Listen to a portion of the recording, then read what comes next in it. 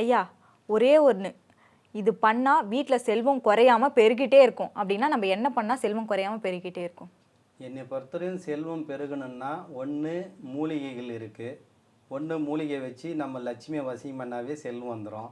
அப்படி இல்லைன்னா நம்ம சம்பாதிக்கிறதுல அன்னதானங்கள். ஏன்னா அன்னதானங்கள் பண்ணும்போது நமக்கு என்னென்னா நிறைய பணம் வந்து கொண்டே இருக்கும். ஏன்னா எடுத்துக்காட்டு நானே சொல்கிறேன், நானெல்லாம் பார்த்தோன்னா சமாஜ் அன்னதானம் போட்டியே இருக்கிறதுனால லட்சுமி வந்துனே இருக்குது. காரணம் ஏன்னா பிறருக்கு நம்ம தானம் பண்ணணும்னு நினைக்கும் போது நிச்சயம் நம்மக்கிட்ட லட்சுமி உடனே நம்மக்கிட்ட இருப்பாங்க. அதே மாதிரி உடனே நமக்கு ரிசல்ட் பார்க்கணுன்னா இந்த அன்னதானம் தான். இந்த அன்னதானத்தை யார் ஒருத்தர் நம்ம சம்பாதிக்கிறதுல கொஞ்சம் செலவு பண்ணனா நிச்சயம் அந்த இடத்துல லட்சுமி குதிகொள்வா.